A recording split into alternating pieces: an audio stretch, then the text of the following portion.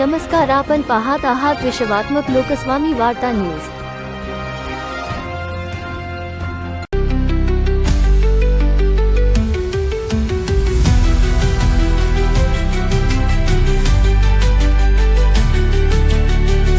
हे एकदम दुर्भाग्यशाली महाराष्ट्र चाललेलं आणि सरकारचं त्यावर लक्ष नाही। खरंच आम्हाला म्हणजे कठीण होत चाललं आहे की आम्ही जे करतोय की आम्ही आज निदर्शनं करायला पण आम्हाला परमिशन देत नाहीत। म्हणजे सरकारला ॲक्च्युली सरकारने म्हणजे गळचेपी धोरण न अवलंबता एक प्रकारचं आम्हाला मार्गदर्शन करून एका ठिकाणी निदर्शन जरी करायला दिलं असतं तर तेवढी पिढी जागृत झाली असती व तेवढी दिशा मिळाली असती तरुण वर्गाला।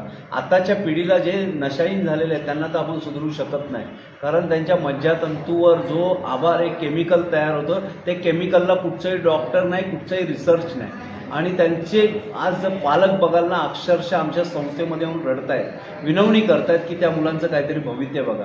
आम्हाला मुख्यमंत्र्यांना एकच सांगायचं आहे, पंतप्रधानांना एकच सांगायचं आहे, आमची दुसरी कुठचीही मागणी नाही।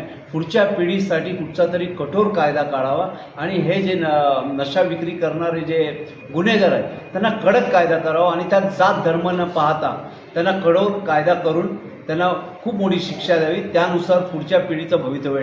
नशाविरोधी संघर्ष अभियानाच्या माध्यमातून मी धनश्री केळशीकर, सनबर्नला आमचा पूर्णपणे विरोध असताना सुद्धा केवळ आमचाच नाही तर समाजातल्या प्रत्येक वर्गातून अनेक संघटनांकडून सनबर्नला विरोध असताना सुद्धा आज हा सनबर्न इथे होत आहे। सनबर्नचा इतिहास जर का बघितला तर तो पूर्णपणे ड्रग्सशी घनिष्ठ संबंध असलेला आहे। अनेक युवकांचे मृत्यू या कार्यक्रमामध्ये झालेले असतानाही या करबुडव्या सनबर्नच्या आयोजकांना पुन्हा मुंबईमध्ये हे आयोजन कशा प्रकारे करून दिले जाते। माननीय मुख्यमंत्र्यांनी हे विधान केलेले आहे की अंमली पदार्थांच्या बाजूने आमचा झिरो टॉलरन्स असणार आहे। असं असताना सुद्धा ड्रग्सनी भरलेल्या या कार्यक्रमाला आपण मुंबईमध्ये कसं होऊन दिलं जात आहे। कर बुडवणे ही सनबर्नचा पूर्णपणे इतिहास आहे। आज करोडो रुपयांचा कर बुडवणाऱ्या सनबर्नला महाराष्ट्र शासनाने मुंबईमध्ये कशा प्रकारे हा कार्यक्रम करण्याची अनुमती दिलेली आहे। मी आज या कार्यक्रमाचा नशाविरोधी संघटनेच्या माध्यमातून विरोध तर करतेच, हा विरोध आमचा चालूच राहणार।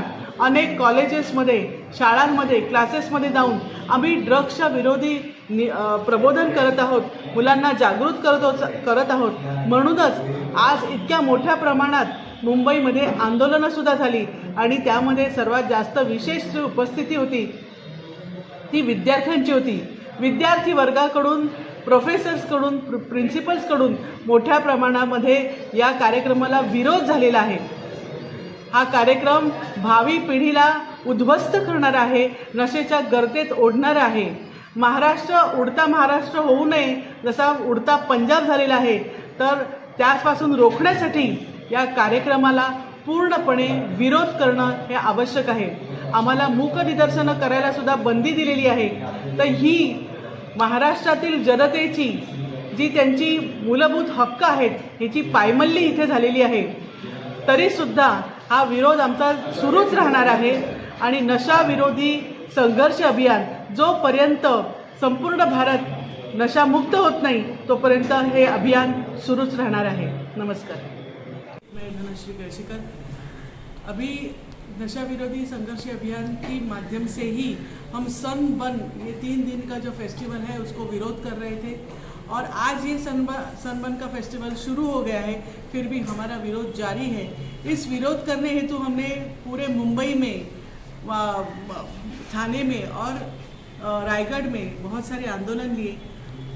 युवकों को जागरूक करने हेतु कॉलेजेस में गए, स्टूडेंट्स को मिले, प्रोफेसर से मिले, प्रिंसिपल से मिले, उन्हें उसके जो सनबर्न का जो इफ़ेक्ट है, जो बुरा उसका परिणाम है, तो उससे उनको पहचान कराई, जागरूक कराया।